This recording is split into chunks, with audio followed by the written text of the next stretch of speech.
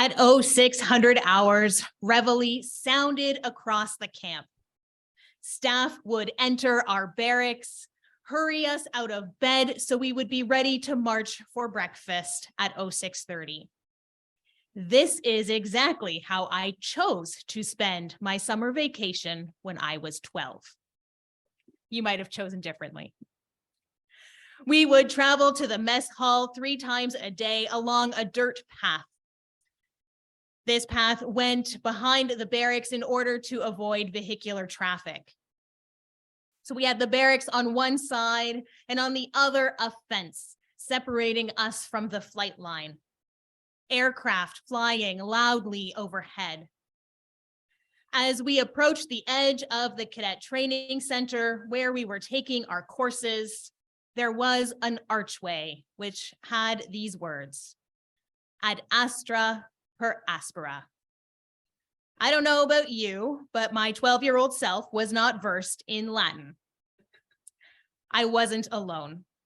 A member of our group asked our then very wise 16-year-old leader, what does that mean? Through hardship to the stars, he replied. He reminded us that every single day we would be challenged. The course was going to be hard. And by the end, we would also reach new heights. Now, for some of us, that challenge was simply waking up at 6 o'clock in the morning. And for some of us, that is still a challenge. But these words, ad astra per aspera, were fitting words for an Air Force base. At its inception, part of its work was to be innovative in the field of aviation, looking up to the heavens as a place one day we could reach. Some folks, like Colonel Chris Hadfield, have taken this challenge quite literally, serving as a pilot in the Air Force and later as an astronaut and commander of the International Space Station. What does this mean for those of us who are aiming for something a little more earthbound? These words are meant to be a motivator, a call to never give up, an encouragement to reach further than we ever thought possible, which can sometimes be helpful. This expression also embodies white supremacy culture, teaching us to strive always higher than before, something which has caused and is causing us harm. It might ask us to ignore the realities that we are experiencing, to push through at all costs, and even set goals that are not attainable.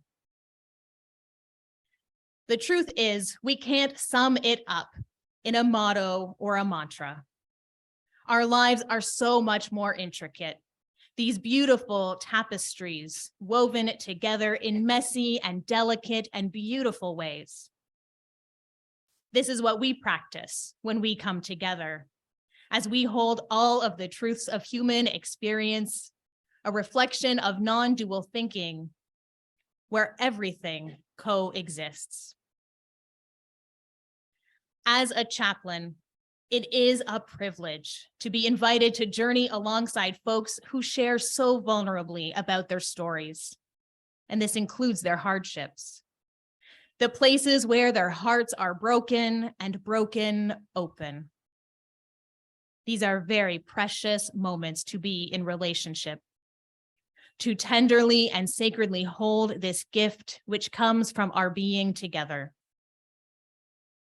Of course, in the hospital where I minister, folks are not only bringing forward the hardship of the moment, whether a new diagnosis or prognosis, but how these are connected to the story of their lives, the ways in which their life shapes the present moment.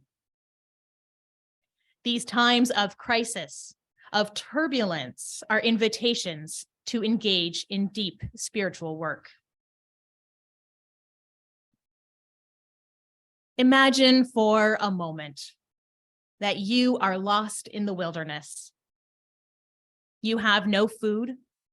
You haven't seen another person for hours, and you don't have a map or even a landmark to determine your way out. I can imagine you might feel frightened or scared or even lonely. Learning from my survival courses, when you are lost, the very first thing you do is stop. Stop right where you are. Give yourself time to make a shelter, however temporary. This ability to pause is an invitation to find our center, our grounding. And so what is it in this life that roots us to this place from which we draw our strength? In the Hebrew scriptures, the story of the Israelites comes to mind, as the Babylonian Empire destroyed the very center of their lives, the temple, sending them into exile. It was not the first time, nor would it be the last, that this courageous community faced hardship. With whatever resources they had at their disposal, keeping to what they had learned about life and living, they set up a place for the community to stay. They knew they needed to stop, to find their center, even if it didn't look like what they had known before. In his book, A Hidden Wholeness, Parker Palmer writes about the practice in the Midwest where blizzards can come on unexpectedly and people can get lost in their own backyards. Maybe something reminiscent of the last couple of days here. There, in that space, everyone knew somebody who went out to feed animals in the barn and never came back home. And so began the practice, where every winter, farmers would tie a rope between the back door and the barn so they could make their way back and forth to the barn to feed the animals. The rope was a literal lifeline, a connection to home. In our modern times, blizzards that get us lost are most often metaphorical. And so we too need ropes and lifelines to connect us to our center. And so I want to highlight a few of these lifelines, helping us to connect and reconnect, especially when hardship and adversity come knocking at our door. What are your sources of strength? Those things to you that are life-giving, from which you can draw hope. These are as beautifully diverse as there are people. Common examples I get to hear about are nature, the way that it can hold us and reflect for us growth and change. Beloved pets, who offer us comfort and love when we need it most. And the ways that we can externalize our feelings into art and music and poetry and journaling. Each of these holds the door open for hope. Hope isn't something that is always easy, and it's not easy for us to hold for ourselves. There are many times in our lives where we need others to hold hope for us. Those words ad astra per aspera, through adversity or hardship to the stars, makes no mention of other people. Perhaps at the time this was implied, and yet I want to make it explicit.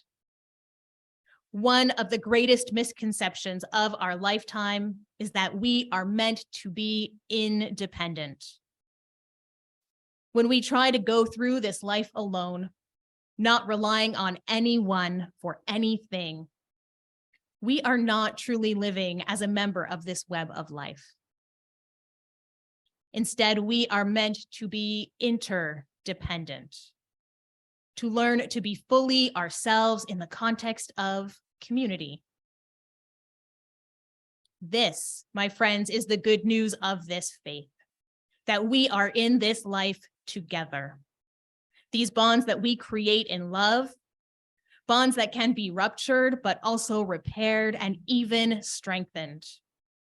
Because this is where we practice what it means to be ourselves with others. These ties to one another, these connections, can also be the way that some of us understand the sacred. In our living tradition, where we support one another in our free and responsible search for truth and meaning, this gives way so that each of us can understand and connect with the divine of our understanding, whether humanist or theist, because those ways in which we make purpose and meaning in this world, it matters. And it matters especially when we are experiencing hardship. What strikes me about this Latin phrase is that the stars are so far beyond us that for the ordinary person, it is out of reach.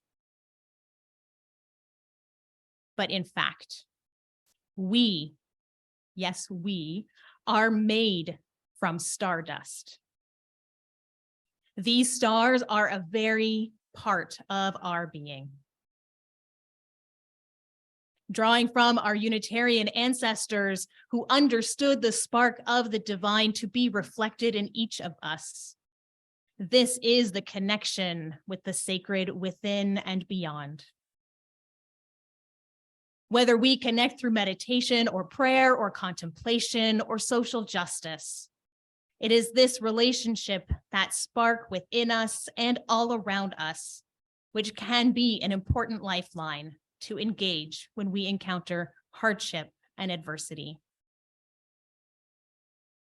Even though our hardships may not take us to the stars, they do invite us to spiritual growth. Where we might feel saddened or angered, hurt or scared, we remember that the work of this precious life begins when we return to our connection to our center, to the sources of strength and hope, to one another, and to all that is holy. My friends, as we make our way home to our center, may we be in each other's company, answering that call of love. May it be so, because we make it so.